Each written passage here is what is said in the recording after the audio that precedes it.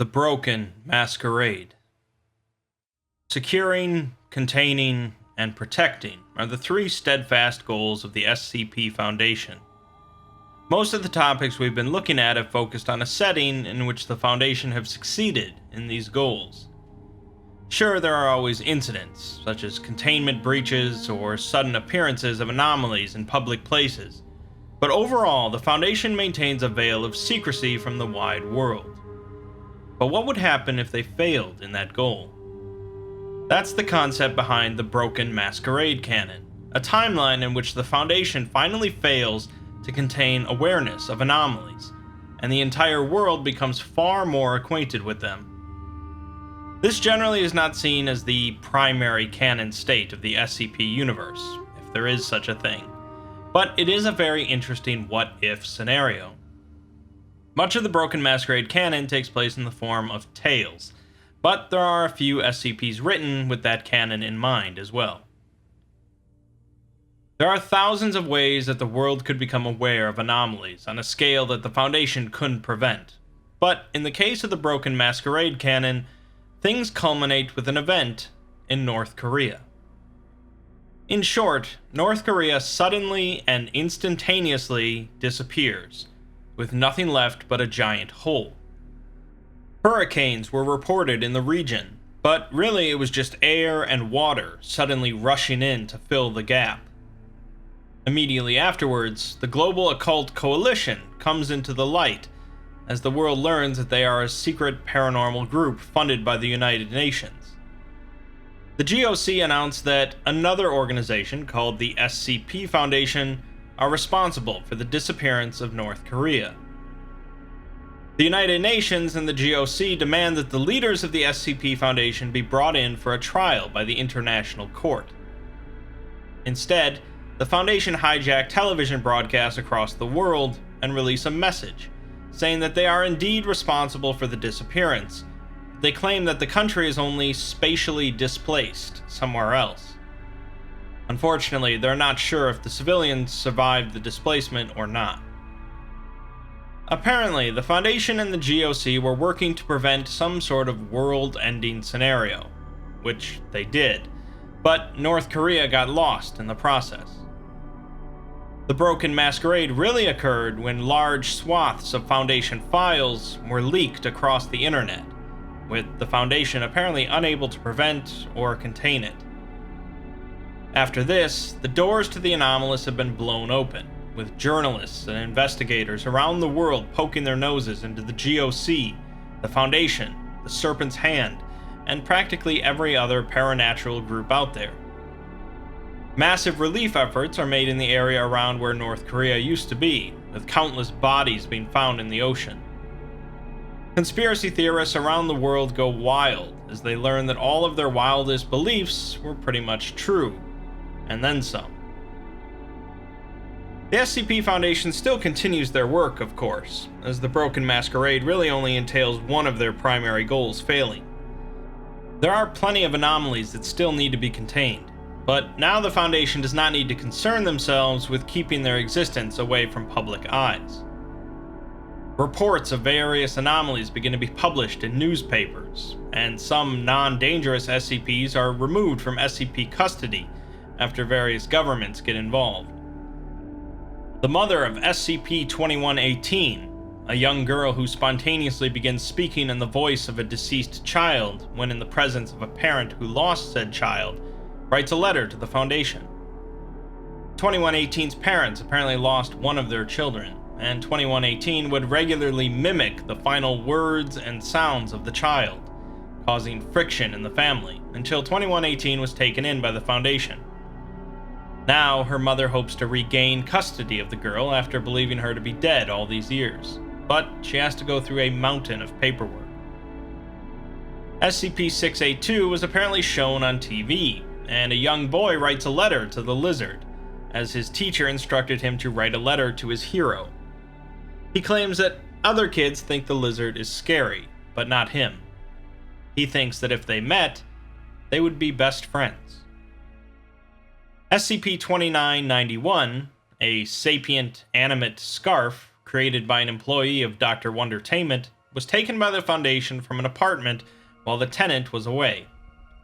The creator writes a letter to the Foundation saying that he's always suspected the Foundation was responsible, but he just wants Scarf back now.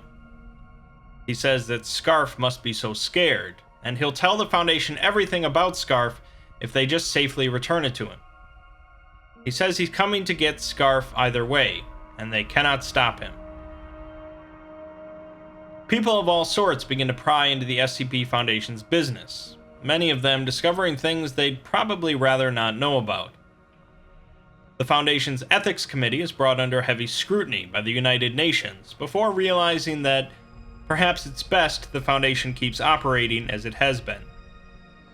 Both the Russians and the Americans become very interested in weaponizing some of the anomalies known to the Foundation, notably SCP-610, the Flesh That Hates, despite accords being written up to prevent this practice.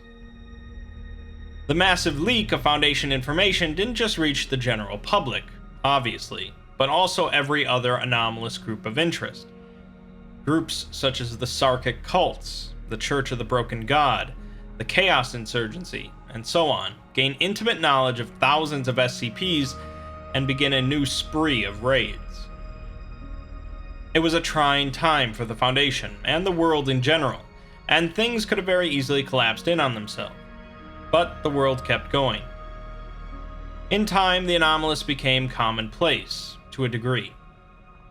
The Foundation still worked to contain the really dangerous stuff, but safer anomalies began to become integrated with modern society. Groups such as Marshall, Carter, and Dark boomed in business, selling all sorts of safer anomalies, such as paranatural pet dogs that can fly or change colors. The Foundation used these safe anomalies to help their public image, as videos of cute anomalous pets begin trending worldwide, none of which would have been possible if not for the SCP Foundation, or so they would say. The Foundation even went as far as releasing public relation videos directed at teenagers, filled with outdated references and memes. There were plenty of scams as well, both from governments and corporations. Some governments and officials would claim certain disasters to be anomalous so that the Foundation would clean it up for them, with some going so far as to try and make a scene look paranormal. Shady organizations would sell off all sorts of products and services claiming them to be genuine anomalies, looking to make a quick buck off some gullible suckers. Anomalous foods also become popular, such as the Ambrose restaurant chain that serves all manner of paranatural food like Kraken caviar or Siberian firebird. On the more dangerous side of anomalous food is SCP-3739, Mind Milk, a cognitohazard that anomalously creates mind milk products around the world and infects people's brains, causing them to develop milk curdles. Of course, activists come out of the woodworks in droves, screaming for the rights of both anomalies and humans, such as D-Class. Some of this activism was based on facts. Much of it was based on emotions directed against the Foundation. While the Foundation could make various government officials and international judges see the purpose of their containment efforts and testing, it was a much harder task to convince the public. The Foundation was generally seen as a mysterious, secretive organization operating with immunity from the laws of the world. And while information about the numerous examples of the Foundation protecting the world from ending was leaked, much of the public would still only focus on how cavalier the Foundation is with human lives. Some reports begin to spread of the Foundation containing anti-Foundation activists and reporting them as anomalous, although it's hard to say if that's factual or not. These reports are muddled by the existence of SCP-4427, an anomaly that cropped up in the wake of the Broken Masquerade and randomly causes certain individuals to manifest paranormal traits, generally uncontrollable reality bending. I'm going to leave things off here, as at this point I think you should be pretty clear on what the Broken Masquerade entails. Obviously, this was just a summary of bits and pieces from a number of different articles, but overall the Broken Masquerade canon has a lot of room to grow. It's certainly a very interesting timeline, since the Foundation no longer has to worry about one aspect of their goals, but the loss of anonymity invites new problems as well. Some might scoff at the idea that the Foundation couldn't contain an incident such as the disappearance of North Korea, considering the power at their disposal, but it leads to an interesting story regardless. Much of the SCP universe is predicated on the idea that there are many things in existence man was not meant to know, but in time, you can probably get used to anything.